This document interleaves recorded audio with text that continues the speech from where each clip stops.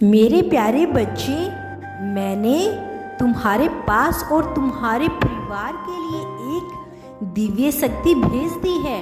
मेरे प्यारे बच्चे, दिव्य शक्ति तुम्हें हर कष्ट से बचाने की शक्ति रखता है। इसे साधारण शक्ति समझने की भूल मत करना, वरना बहुत बड़ा मुश्किल हो जाएगा। मेरे प्रिय बच्चे, आज का संदेश सारी सुख सुविधाएं तुम्हारे कदमों में ला देने वाला है। इसीलिए मेरे प्यारे बच्चे, इस संदेश को छोड़कर जाने की गलती मत करना। इसे अंत तक जरूर सुनना। मेरे प्यारे बच्चे, इसे स्वीकार करने के लिए इसे अभी लाइक कर दीजिए और कमेंट बॉक्स में हर हर महादेव लिख दीजिए। मेरे प्यारे बच्चे, कोई भी व्यक्ति तुम्हें कभी अपने जाल में फंसाकर तुम्हें बर्बाद नहीं कर सकता। अतीत में बहुत बार ऐसा हुआ है जब तुमने जल्दबाजी में कोई गलत फैसला लिया है। लोगों ने तुम्हें बहुत भड़काया ताकि तुम निर्णय गलत ले लो। बहुत सारे लोग तुम्हें बर्बाद करने की मन्नत मांगी की, लेकिन मैंने हमेशा तुम्हें उस खाई से गिरने से बचाया है। मेरे प्यारे बच्चे, तुम रोए हो, लेकिन मैंने हमेशा तुम्हें उस खाई में गिरने से बचाया है। मेरे प्यारे बच्चे, तुम रोए हो, लेकिन जितना बढ़िया षड्यंत्र रचा गया था उतना प्रभाव कभी नहीं पड़ा तुम्हारे जीवन पर, क्योंकि तुम्हारी भक्ति ने हमेशा तुम्हारा साथ दिया है। ना जाने कितने जन्मों की भक्ति है तुम्हारी, कितने जन्मों के पुण्य कर्म हैं जो इस जन्म में तुम्हारी रक्षा कर रहा है। इसीलिए निश्चित हो जाए मेरे प्यारे बच्चे, तुम्हें अपने महादेव जी पर विश्वास हो तो हाँ लिखकर संदेश को लाइक कर दीजिए। मेरे प्यारे बच्चे, तुम्हारे शत्रु के सपने कभी पूरे नहीं होंगे। तुम्हें बर्बाद करने की उसकी योजना कभी सफल नहीं होगी, क्योंकि ब्रह्मांड का यह उपहार तुम्हारे लिए है। तुम्हारे पिछले जन्मों के अच्छे कर्म हैं। मेरे बच्चे हमेशा तुम्हें किसी भी संकट में फंसने से पहले बचा लेंगे। वो लोग जो तुम्हें बर्बाद करने का षड्यंत्र रचते हैं, वो तुम्हारे पक्ष में ही काम करता है। उनकी योजनाएं तुम्हारे लिए तुम्हें बर्बाद करने की धुन में, तुमसे तुम्हारी खुशियां छीनने की कोशिश में, धुन में तुम्हें करियर को बर्बाद करने की धुन में तुम्हारे शत्रु इंसानियत भूल गए हैं मेरे बच्चे। और इंसानियत नहीं बची उनमें। जो दूसरों को तकलीफ में देखकर खुश होता है वह कभी खुश नहीं रहता। वो इंसान ही नहीं है, वह तो जानवर भी नहीं है मेरे प्यारे बच्चे, क्योंकि जानवर भी दूसरों का दुख समझते हैं और इंसान से ज्यादा साथ देते हैं। दुख सुख में मेरे नज़र में तो वह व्यक्ति किसी राक्षस से कम नहीं है। मैं बस उस दिन का इंतजार कर रहा हूँ जब वो मेरे दिए हुए आखिरी चुनौती का नज़रअंदाज करके अपने असली रूप में सामने आएगा। उस दिन मैं उस राक्षस का संहार करूंगा।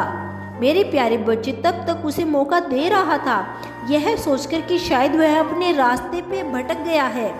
जब उसने अपने कर्मों का एहसास होता है तो वह माफी की भीख मांगेगा, वो रोएगा, गिड़गिड़ाएगा, पर उसने मेरे दिए मौके का बहुत गलत फायदा उठाया है मेरे प्यारे बच्चे, और कुछ ऐसा कर दिया है उसने जो माफी के लायक नहीं है। अब वो बेजुबान जानवरों पर अत्याचार करने लगा है।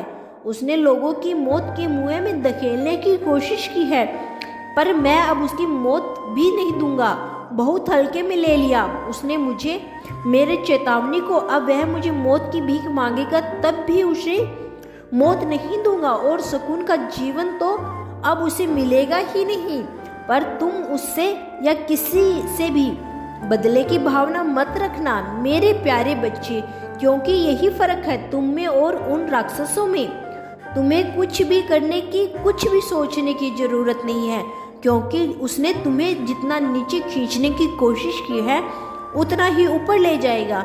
मैं तुम्हें मेरे प्यारे बच्चे, इस पर विश्वास हो तो 888 लिखकर इस चैनल को सब्सक्राइब कर दें। मेरे प्यारे बच्चे, तुम्हें जितनी खुशी मिलनी चाहिए थी उससे लाख गुना ज्यादा खुशी दूंगा।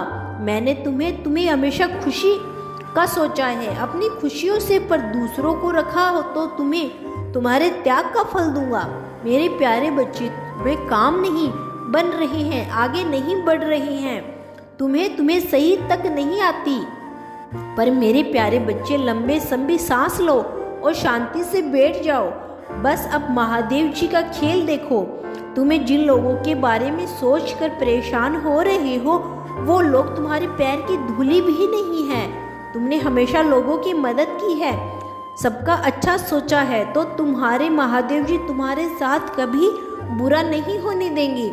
यह सारा खेल मेरा है, और कोई कितना भी बड़ा षड्यंत्र रच ले, उस खेल की बाजी तो मेरा प्यारा बच्चा ही जीतेगा।